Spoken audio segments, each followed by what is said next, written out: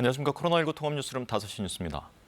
이 법안 처리를 두고 여야 간 극한 충돌을 빚었던 검찰 수사권 축소 법안이 오늘 문재인 대통령이 주재한 마지막 국무회의에서 의결됐습니다.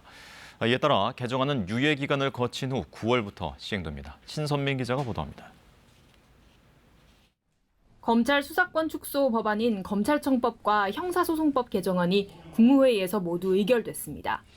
문재인 대통령은 국무회의를 주재하면서 검찰 수사가 국민의 신뢰를 얻기에 충분치 않다는 평가가 있었다며 국회가 수사와 기소의 분리에 한 걸음 더 나아간 이유라고 생각한다고 밝혔습니다.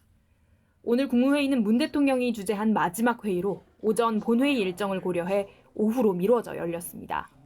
이로써 여야가 극한 충돌을 빚었던 검찰 수사권 축소 입법은 마무리됐습니다. 개정안은 유예 기간을 거쳐 올해 9월부터 시행되는데 검찰의 직접 수사권 범위가 축소되고 검찰의 이른바 별건 수사도 원칙적으로 금지됩니다.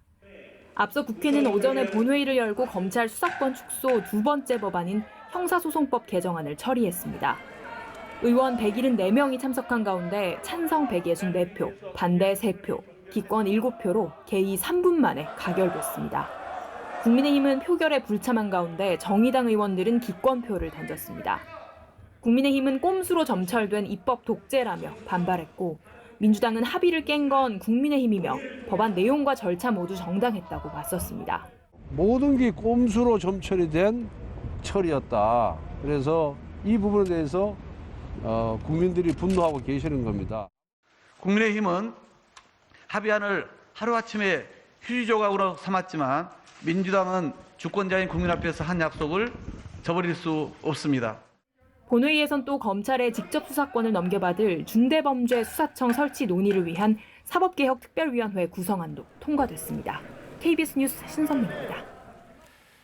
윤석열 정부 장관 후보자 가운데 김인철 사회부총리 겸 교육부 장관 후보자가 오늘 아침 자진 사퇴했습니다.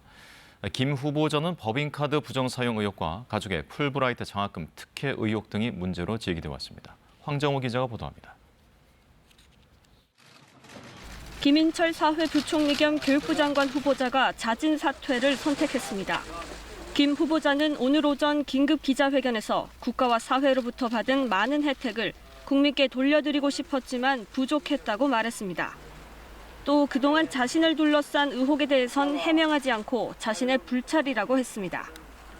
어떤 해명도 변명도 하지 않습니다. 모두 저의 불찰이고 잘못이었습니다. 본인에게 중책을 맡긴 윤석열 대통령 당선인에게 죄송하다고 했습니다. 김인철 교육부 장관 후보자에게는 이른바 아빠 찬스, 남편 찬스 논란이 있었습니다. 배우자와 자녀 모두 경쟁이 치열한 풀브라이트 장학금을 받아 논란이 커졌습니다. 또 김 후보자가 감사원 최고의사결정기구의 감사위원으로 활동할 때 법인카드 부정 사용 의혹도 제기됐습니다. 한국외대 총장 재임 시절 학생들에게 막말하는 등 총학생회와 갈등을 빚은 사실도 논란이 됐습니다. 이 같은 의혹이 제기됐던 김 후보자는 오늘 기자들의 질문에는 답하지 않았습니다. 제가 오늘 일체 질의응답을 받지 않기로 하였습니다. 그래서 제가 지나가는 길에 마지막 품격을 지킬 수 있도록 그렇게 협조해 주시기 바랍니다. 오는 6일 인사청문회를 앞두고 있던 김 후보자는 자신의 가족과 제자들까지 언급되자 큰 부담을 느껴왔던 것으로 전해졌습니다. 지난달 13일 윤석열 정부 첫 교육부 장관 후보자로 지명됐던 김인철 후보자. 20일 만에 자진 사퇴해 윤석열 정부 장관 후보자 가운데 첫 낙마 사례가 됐습니다. KBS 뉴스 황정호입니다. 오늘도 한덕수 국무총리 후보자와 장관 후보자 3명에 대한 인사청문회가 동시에 열리고 있습니다. 한덕수 국무총리 후보자에 대해서는 전관 예우 문제, 그리고 정호영 보건복지부 장관 후보자에 대해서는 자녀 특혜 의혹이 쟁점이 되고 있습니다. 최유경 기자가 보도합니다. 한덕수 국무총리 후보자에 대한 국회 인사청문회 이틀째. 김앤장 법률사무소에 고문으로 2차례 취업한 것을 두고 전관예우 문제가 다시 한번 도마 위에 올랐습니다. 한 후보자는 공직자윤리법상 취업 제한 규정을 따랐다고 항변했습니다. 입법부가 정한 규정 내에서 자기가 가진 거를 활용하겠다. 그거를 막아야 된다는 거는 그건 저는 좀 납득하기 어렵습니다. 오후에는 김앤장 변호사가 증인으로 출석해 고문료 20억 원은 업계에서 합리적인 수준이라며 한 후보자를 두둔하기도 했습니다.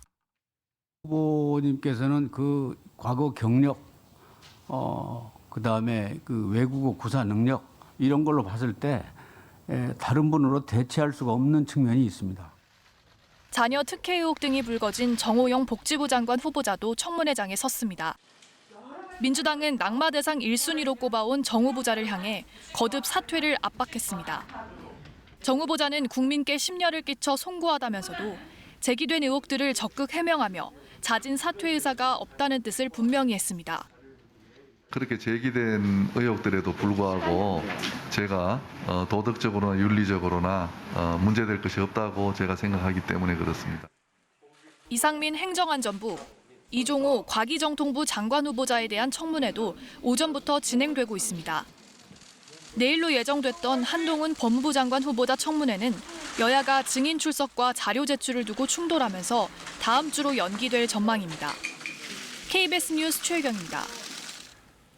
감사원은 오늘 대통령 경호처가 2020년부터 지난해까지 10차례에 걸쳐 직원을 채용하면서 이 선발 예정 인원을 공개하지 않는 등 채용 절차 관리가 부적절했다고 밝혔습니다.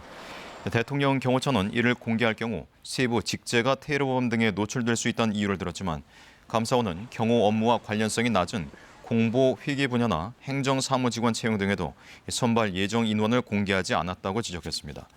대통령 경호처는 또 경력 채용 시험 때 채용 기획이나 공고와 다르게 전형별로 합격자 수를 임의로 조정한 것으로 드러났습니다. 대통령직 인수위원회가 새 정부의 110개 국정과제를 선정해 발표했습니다. 코로나19 손실보상과 부동산 세제 개편, 탈원전 정책 폐기 등 윤석열 당선인의 주요 공약이 정책으로 담겼습니다. 박민철 기자입니다. 인수위는 정치행정, 경제, 사회, 외교안보, 미래, 지방 분야별로 국정 비전을 구현할 국정 목표를 정하고 이를 구체화한 110개 국정과제를 확정했습니다.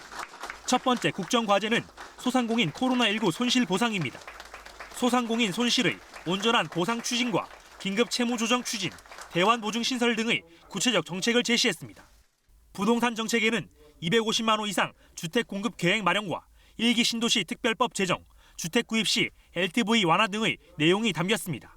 탈원전 정책 폐기도 주요 국정과제로 선정됐고 법무부 장관 수사지휘권 폐지와 검경 책임 수사 시스템 정비 등도 국정과제로 올랐습니다. 사회적 대타협을 위해 공적연금 개혁위원회 신설을 통한 연금 개혁도 추진하기로 했습니다. 대북 정책으로는 예측 가능한 비핵화 로드맵 제시, 상호주의 원칙에 따른 비핵화 협상, 판문점 등의 남북미 연락사무소 설치, 북한 인권 상황 개선 등이 포함됐습니다. 국정과제 이행을 위해선 209조 원의 추가 재원이 필요한 것으로 추산됐습니다. 상당한 세수 증가 부분 그리고 지출 구조 변화 부분 등을 통해서 일단 재원을 충당해 나갈 거다. 윤 당선인의 공약 가운데 여성가족부 폐지 등은 국정과제에 명시적으로 포함되지 않았습니다. 처음 시작할 때부터 정부 조직 개편에 대해서는 이번 저희들 인수위에서 다루지 않는다. 이제 그렇게 말씀을 드렸습니다.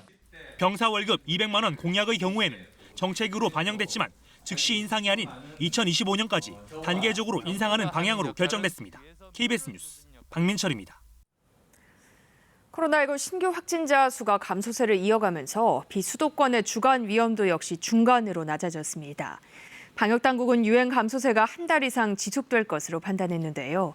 다만 국내에서도 전파 속도가 빠른 스텔스 오미크론의 하위 변이가 발견돼 역학조사를 하고 있습니다. 김세정 기자입니다.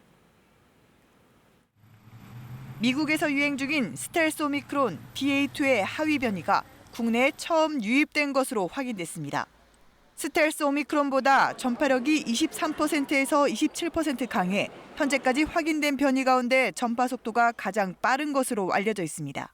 이번에 발견된 BA2.12.1 사례는 해외 유입 사례로 확진자는 지난 4월 16일 미국에서 입국하였으며 바로 그 다음 날인 4월 17일에 확진되어 관리되었습니다.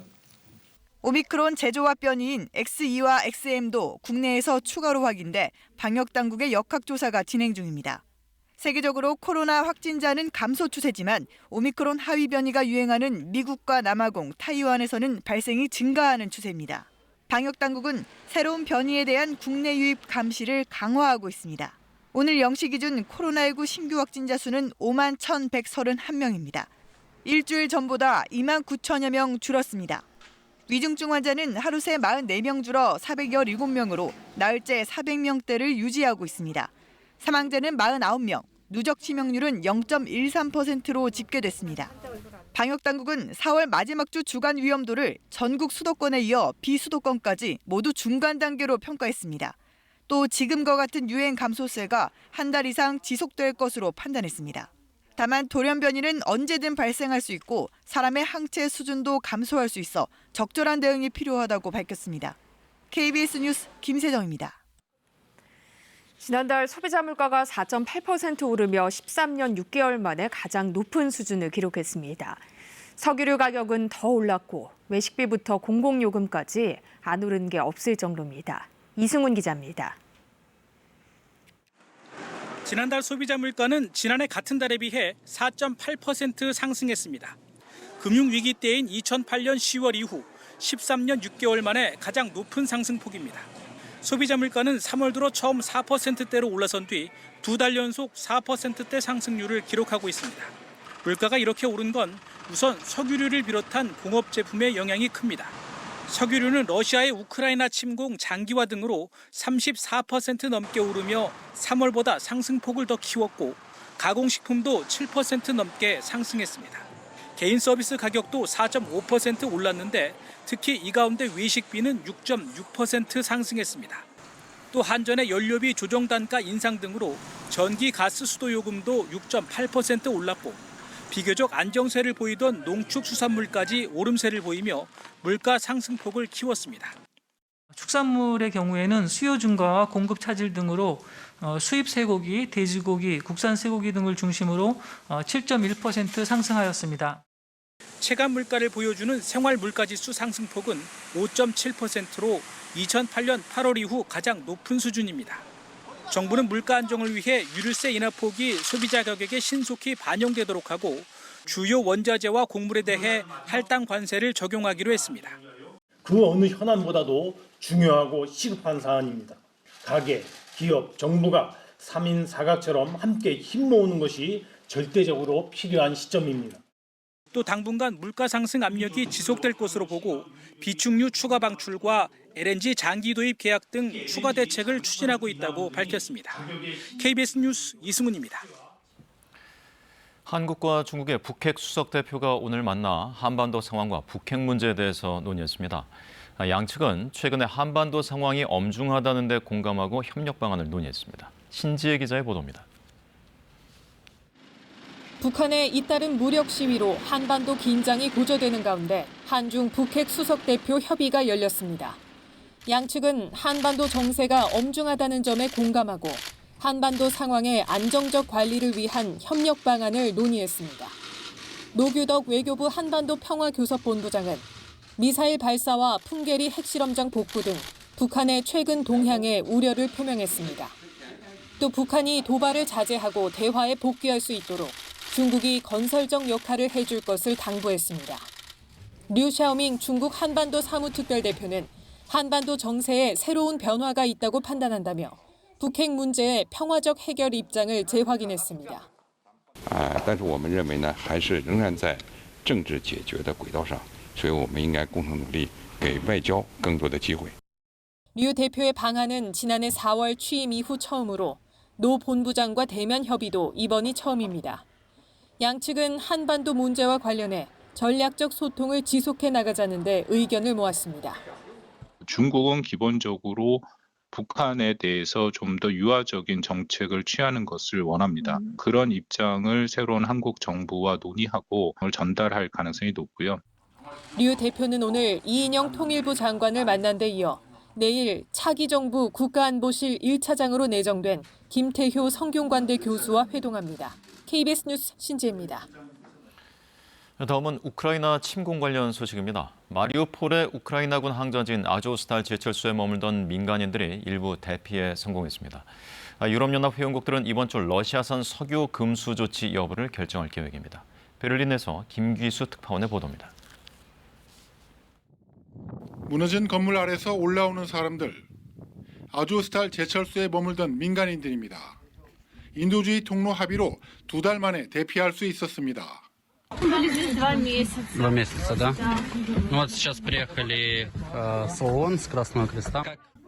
빠져나온 사람은 100여 명. 아직도 900여 명의 민간인과 500여 명의 부상병들이 남아있는 것으로 알려졌습니다. 하지만 다시 러시아군의 공격이 시작돼 남아있는 사람들의 대피는 장담할 수 없는 것으로 알려졌습니다. 한편 유럽연합은 이번 주 러시아산 석유 수입 금지를 주요 내용으로 하는 6차 대러 제재 방안을 결정할 계획입니다. 러시아산 에너지 의존도가 높아 미온적이라는 비판을 받던 독일도 강경하게 돌아섰습니다. Germany is not against an oil ban on Russia. Of course, it is a heavy load to bear, but we are ready to do that. 독일은 러시아산 석유 수입 비중이 25%에서 12%까지 낮아졌다며 올해 늦여름까지는 수입을 중단할 수 있을 것으로 보고 있습니다. 하지만 EU 회원국 중 러시아산 석유에 대한 의존도가 높은 이탈리아나 오스트리아 등은 회의적인 입장이고 헝가리는 대러 에너지 제재에 반대 입장을 분명히 해 진통이 예상됩니다. 베를린에서 KBS 뉴스 김기수입니다. 대출을 상환하면 더 많은 금액을 대출해준다는 말에 속아 은행원을 가장한 사기범에게 돈을 건네려던 식당 직원이 업체 사장의 기지로 피해를 면했습니다. 경기도 시흥경찰서는 시흥시 산현동 중식당 사장 이모 씨에게 감사장을 전달했습니다. 이 씨는 지난 3월 식당 종업원 A씨가 은행이 아닌 외부에서 은행 직원을 만나 대출금을 상환하기로 했다는 말을 듣고 은행 직원을 가장한 30대 여성을 식당으로 유인한 뒤 경찰에 신고해 검거하도록 했습니다. 지난 1월 발생한 삼표 산업의 양주 채석장 붕괴 사고 현장 책임자들에 대한 구속 여부가 이르면 오늘 오후 결정됩니다. 의정부 지법은 오늘 오전 삼표 산업 양주 사업소 현장 소장과 안전과장, 발파팀장 등 3명에 대한 구속영장 심사를 진행했습니다. 삼표그룹 계열사인 삼표산업은 지난 1월 채석장 토사 붕괴로 노동자 3명이 숨진 사고와 관련해 고용노동부와 경찰의 수사를 받고 있습니다. 이 사고는 중대재해처벌법 시행 이틀 만에 발생한 첫 중대산업재해였습니다. 아메리카 대륙 3대 문명 중 하나인 아스테카 문명을 조명하는 전시가 국내에서 처음 열립니다. 11세기부터 500여 년 동안 찬란한 문명을 꽃피웠는데요. 안다영 기자가 소개합니다. 중남미 국가 멕시코의 수도 멕시코시티. 600년 전 당시 세계에서 가장 번성했다는 인구 35만 명의 도시 테노츠티틀란이 있었던 곳입니다. 아메리카 대륙 3대 문명 중 하나인 아스테카 문명의 중심 도시입니다. 아스테카 문화에서 태양을 상징하는 독수리상은 신전 곳곳에 세워져 있었습니다. 기괴한 모습의 두개골 가면, 높이가 176cm나 되는 이 거대한 토기상은 최근 멕시코시티에서 발굴된 것들입니다. 죽은 이들의 영역을 관장하는 지하세계의 신이자 조상의 신을 뜻한다는데 우리에겐 죽은 영혼들의 세계를 그린 영화 코코를 통해 알려져 있습니다.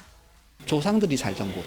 그래서 되게 친근하고 그런 관점에서 이 미켈란테쿠틀리는 우리의 뭐 저승사자나 뭐 이런 개념은 아니고 그냥 지하 세계에서 우리 조상들을 돌봐주는 최고의 신 이런 개념으로. 주식인 옥수수의 신을 형상화한 토기와 아스테카에서 많이 서식한 선인장을 표현한 돌상.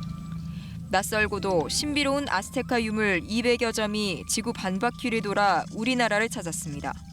Its legacy lives in today's Mexico, and every Mexican, this exhibition is an opportunity for rediscovering the Aztecs. 더없이 찬란한 문명을 꽃피웠지만 스페인의 정복당해 역사의 뒤안길로 사라진 중남미 인디오 토착 문화의 정수를 국내에서 처음으로 만날 수 있습니다. KBS 뉴스 안다영입니다. 이달부터 유류세 인하폭이 30%로 확대됐습니다. 알뜰 직영 주유소는 추가 인하가 곧바로 가격에 반영됐지만 일반 주유소는 이달 중순쯤에야 인하를 체감할 수 있을 것으로 보입니다. 홍화경 기자입니다. 자동차 기름은 바닥을 드러내는데 오늘 넣을까 하루 더 버틸까 고민이 됩니다. 천정부지로 솟은 기름값 부담 때문인데요. 올 초 1리터에 1,600원대였던 전국 평균 휘발유 값이 석 달 만에 2,000원을 넘었습니다.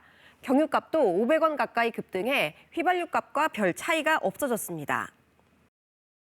이 같은 기름값 상승은 러시아의 우크라이나 침공 영향이 큽니다. 국제 유가가 급등하면서 2, 3주 뒤 국내 가격에도 영향을 줬습니다. 소비자 부담이 커지자 정부는 기존에 20% 깎아줬던 유류세를 10% 더 인하했습니다. 인하율 30%, 이번 달부터 오는 7월까지 석 달간 적용됩니다.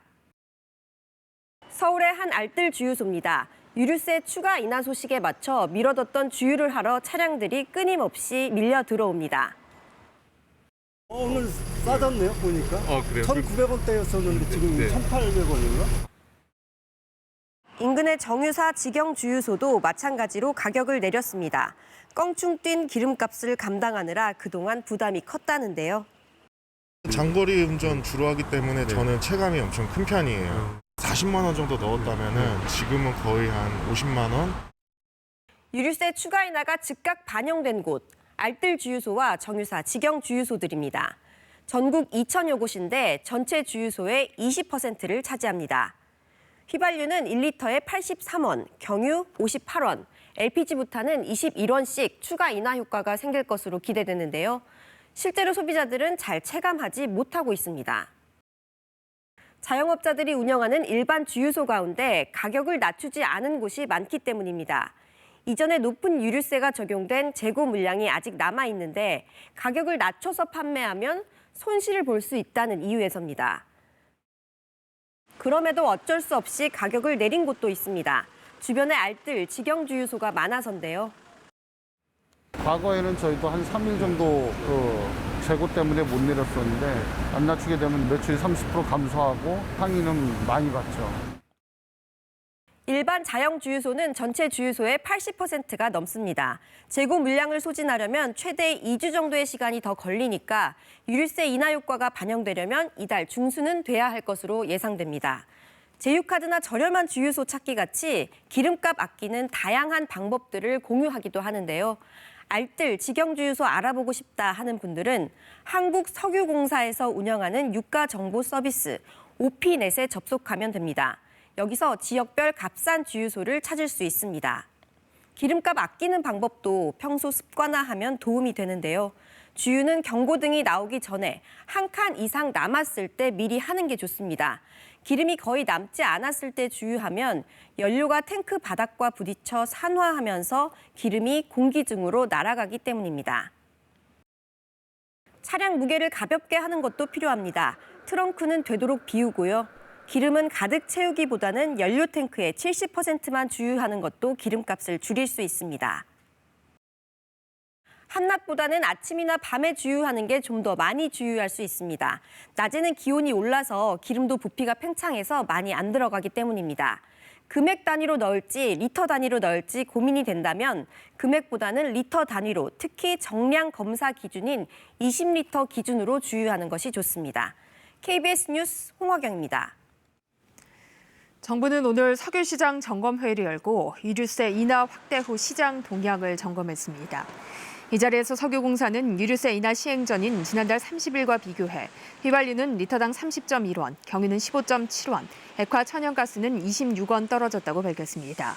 다만 알뜰 직영주유소가 인하분을 100% 반영해 판매가를 내린 것과 달리 전체 주유소의 약 80%를 차지하는 자영주유소의 인하분 반영률은 아직 24%에 그친 것으로 나타났습니다.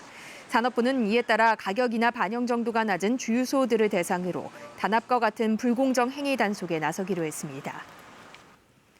층간 소음 등을 막기 위한 바닥 매트를 오래 쓰면 안전 기준을 넘어서는 유해 물질이 검출되는 것으로 나타났습니다. 한국소비자원은 1년 이상 사용한 바닥 매트 14개 제품을 조사한 결과 8개 제품에서 최대 0.7% 수준의 프탈레이트계 가소제가 검출돼 안전 기준인 0.1%를 넘었다고 밝혔습니다. 프탈레이트계 가소제는 환경 호르몬의 일종으로 생식 기능에 해로운 물질입니다.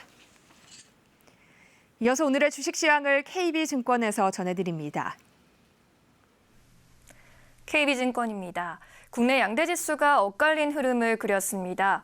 코스피가 다소 불안한 등락 과정을 거치다 소폭의 약세를 기록했습니다. 반면 코스닥은 기관의 매수에 힘입어 장중 내내 오름세를 지켜냈습니다. 오늘 코스피는 6.99포인트 내린 2680.46에, 코스닥은 5.75포인트 오른 907.57에 마감됐습니다. 전일 미국 증시는 최근 크게 하락했던 기술주 중심으로 반발 매수세가 유입되며 반등했습니다. 코스피는 기관이 2천억 원 넘게 순매도하며 오후장 마감 즈음에 하락 전환했습니다. 미국의 긴축 행보를 확인할 수 있는 5월 FOMC가 다가오면서 경계감이 높아진 것으로 해석됩니다. 지난밤 미국 필라델피아 반도체 지수가 3% 이상 뛴 가운데 삼성전자 등 반도체주의 주가가 대체로 강세를 나타냈습니다. 코스닥 대장주 에코프로비엠은 실적 호조 소식에 4거래일 연속 오름세를 이어갔습니다. 한편 다음 주에 출범하는 윤석열 정부가 탈원전 정책 폐기 추진을 공식화하면서 원전 관련주도 상승세를 탔습니다. 오늘 원달러 환율은 2원 70전 오른 1267원 80전에 거래를 마쳤습니다. 지금까지 KB증권이었습니다. 동해안 지역은 산불 나지 않도록 조심하셔야겠습니다. 서풍이 태백산맥을 넘으면서 빠르고 고온 건조한 바람이 불어들고 있는데요. 일명 양간지풍으로 인해서 화재 위험성이 높은 상황입니다. 동해안 지역에는 강풍특보와 함께 건조주의보도 함께 발효 중입니다. 쓰레기 소각은 하시면 안 되겠고 담배꽁초 등 작은 불씨도 잘 관리해 주셔야겠습니다.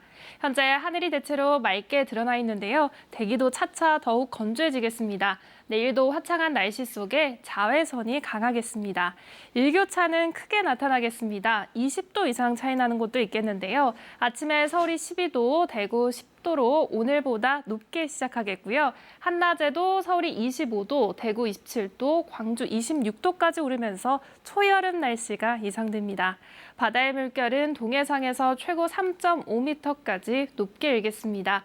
금요일부터 토요일까지 중부 곳곳에서 비가 조금 내리겠고요. 기온은 차차 오르겠습니다. 날씨 전해드렸습니다. 코로나19 통합 뉴스룸은 7시 뉴스에서 이어집니다. 시청해주신 여러분 고맙습니다.